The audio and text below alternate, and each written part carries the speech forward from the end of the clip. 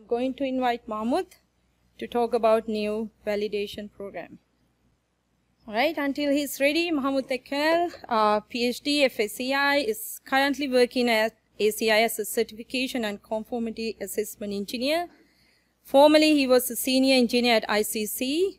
He received his MS from Southern Illinois University and his PhD from Missouri S&T University, where he also worked as a postdoctoral researcher. His research interests include building codes and alternative construction materials, fiber reinforcement, polymer and fiber reinforcement, reinforced cementitious matrix strengthening of concrete structures, and fiber reinforced concrete, of course, FRC. He's a licensed professional civil engineer in California and several other states. And he's NEU Validation and Verification Director. Thank you, Mahmut, for joining us. Thank you very much. I have very limited amount of time to introduce the validation and verification program, and I have a good number of slides to cover. So Sureka already introduced me, and I'm gonna, Sureka, our technical director, already talked about the issues with the climate change, which is a part of our life nowadays. And just to ease the effects of this climate change or delay the effects of the climate change, there are a lot of incentives in the market. Some of them are from private sector. Some of them are from government institutes. I put Microsoft as an example, but there are many companies trying to deal with this climate change issue. And for example, state of California, it has a very, very ambitious goal. They want net zero greenhouse gas emissions by 2045 and at least 40% reduction by 2035. And just to, because of these incentives, companies are making claims to position themselves and their products as possible solutions for reducing carbon emissions. So what is the issue with making a claim? Everybody's making a claim, right? What could go wrong with a claim? So let me give you an example. Let's assume I have $5 million, and there's this alternative cement company who claims that they already comply with California's 2035 goal. And so if I invest my $5 million for this company, based on their claim, because they already comply with California 10 years in advance, I'll be ahead of everybody else. You know, what's the question I should be asking first? The question, if, you know, the issue with the claim is it's going to be a part of my decision-making process. I'll be making my decision based on that claim for investing my money. And, of course, I will be asking these questions. Is it accurate? Is your claim accurate? Is your claim reliable? In a sense, I am looking for an assurance. So that was the reason for generating validation and verification program. And the main goal is to secure the trust of the customers, and by using reliable methods. And the goal is to separate what is plausible and what is an insubstantial marketing promise. A new program started in 2022, and I joined May of 2023. Right now I'm working this program. As you know, NEU is an ACI Center of Excellence for carbon neutrality of concrete and cement products. And so we'll be focusing on concrete and cement products, but we may also be focusing on some of the concrete accessories, such as concrete reinforcement, artificial intelligence, which may be used in construction in concrete industry for reducing achieving carbon neutrality. So going back to my previous slide, I mentioned that reliable methods. So not only the method I should be using to validate or verify a claim, if it is plausible or it's an insubstantial marketing claim, also the method I should be using to operate my validation program must be a reliable one. In a sense, is it a repeatable test method, a reliable method? Is it an international method? Can it be done in other parts of the world? So to answer that question, our validation verification program will be operated under this ISO 17029, published by International Standardization Organization, and it's titled as Conformity Assessment, General Principles and Requirements for Validation and Verification Bodies. It's published in 2019. It's a very, very brand new document.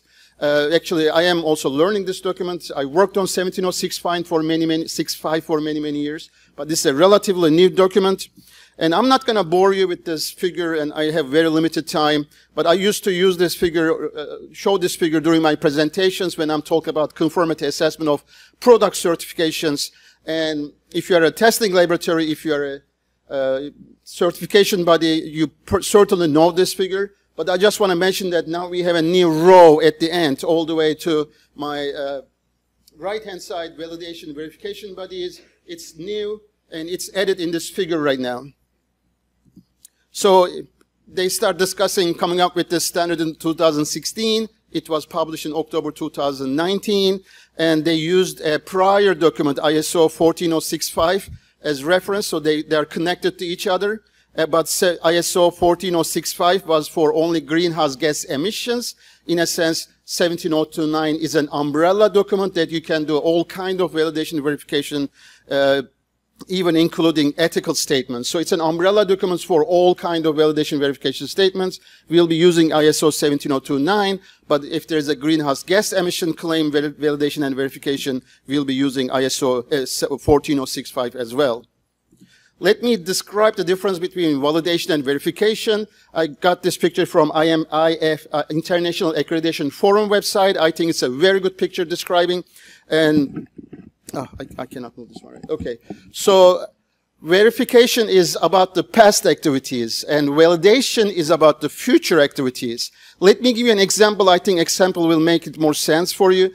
So let's assume, this is not related to carbon reduction, but just for the sake of giving an example, let's assume I have a ready-mix concrete plant, and I invented a new water filter system, which saved me 40 tons of water in the year of 2022. So that's my claim. I have a new invented water filter system. I saved 40 tons of water in 2022. It's certainly a big issue where I'm coming from, Southern California. We have very limited water sources. So you want to apply to the state of California for a reward or for compensation for any kind, and you want this to be verified because it's an activity that happened in the past, and I should have all the information I need, how it was measured, how did the data was collected, who did the testing, how reliable is the company doing the testing. I should have all the information to verify this claim and provide a verification statement.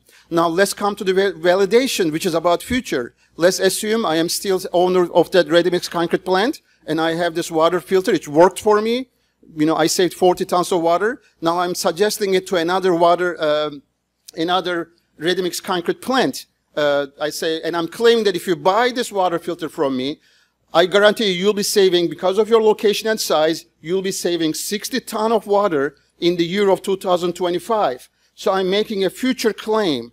Now it becomes a validation because it hasn't happened yet. And then I can validate it, but I need to ask the questions. What is this based on? How did you interpolate the data for this company? Let me get those details. But the difference, another big difference is during the verification, which happened in the past, I have all the information I should have all the information I need. I can provide an assurance for that verification statement. But for validation, hasn't happened. It's just an assumption. So I cannot provide an assurance in my statement if it is a validation report. So simplified definition, validation verification, confirmation of a claim, and claim is the information declared by client through the provisions of objective evidence. I put objective because ISO 17029 emphasizes this word objective evidence many times. You need to know where the data is coming from, who's providing the data. It has to be based on objective evidence, and the goal is to provide assurance. Assurance is in case of it's a verification activity which happened in the past, or give confidence, for example, validation activity that will happen in the future. So I can provide those statements to interested parties, for example, a stakeholder. Remember my $5 million example? I want to invest that money. Now I have an assurance in my hand coming from NEU so that I can safely invest. What we will not be doing are, we won't be doing characterization of the material or system. We will not doing an examination or inspection, so we will not be coming to your factory or facility to make sure that you are producing good quality material or you are following your quality documentation. We won't be doing product certification. We won't be doing conformity assessment. And the sentence below is a very good sentence, actually. I saw it in a presentation. I liked it very much. And I can give you an example for the sentence I'm not going to read about, but let's assume I have a product. What is the predominant model building code in the United States? It's IBC, adopted by all 50 states. What is the objective of IBC? The main one is life safety through structural strengths. So if I'm showing conformance to IBC, I need to cover all the objectives. What if my main attribute, my product's best attribute is thermal efficiency? IBC doesn't give a number, like minimum number for thermal efficiency, because it's not related to public safety through structural strengths. What if mine is sound isolation? IBC doesn't even care, because it's not a part of the public safety through structural strength. It doesn't give me a number. This should be your minimum number. What about low carbon? It's not in IBC either at the moment. Actually, this was discussed during our NEU summit a month ago, whether IBC can cover the being low carbon, but it's not a part of IBC at the moment. So that's where the verification kicks in.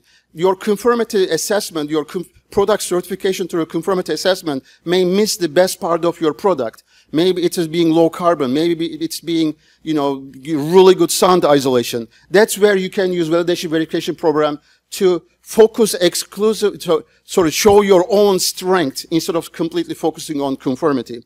And speeding up, 17029 requirements are very similar to other ISO standards. Impartiality and confidentiality are very top important, because impartiality is if I'm working with your alternative cement company, which you claim you have low carbon, I cannot be working with another alternative cement company, or I cannot be consulting another cement company.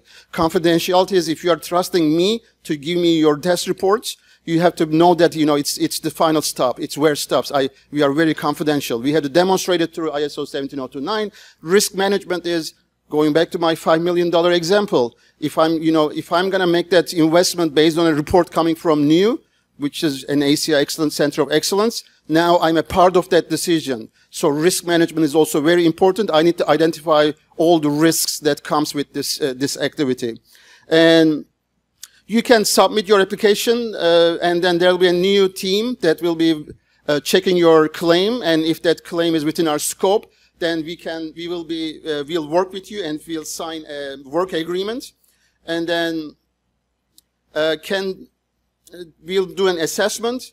And the issue, one of the statements is if you have a claim, and if I can use an existing standard or ASTM such as ISO to verify this claim, then we can move forward quickly.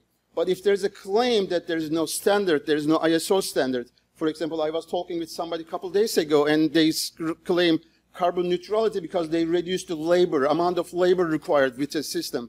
There may not be an ASTM, there may not be an ISO to verify that claim. Then we'll be forming a committee to work with this independent committee to come up with the rules, assessment rules. And that committee doesn't need to be impartial or confidential, because the committee work in a public setting. It will be open. When committee is determining the rules of the assessment, they will work with the public. And we'll be focusing on second party at the moment. And the difference between first party, second party, if you're in conformity assessment, you know very well. First party is if you are doing internally. Before you release your claim to the public, you want some internal research. That's first party. Second party, again, before you release your statement to the public, you want an independent opinion from a independent organization such as NEU. Hey, I have this claim before I go to public. Can you do the validation or verification depending on the timeline? And third party is obviously, it's kind of similar to second party, but now NEU it's going to be public in our website. It's going to be the report will be done for the whole public. We'll focus on second party at the moment. Report will be confidential between NEU and the client, but client may choose to release the information at their discretion. So we'll be focusing on second party. Again, we'll be working under internationally recognized standard. Anybody can apply. We won't be doing any laboratory work. We won't be doing physical testing or inspection in the NEU. When you are submitting your objective evidence, you may be required to do some testing or submit our test. And NEU is constantly seeking subject matter experts to serve on the validation teams. You can send your information to the email below. And there was so much to cover, but the time was limited, so I'm going to thank you here. Thank you.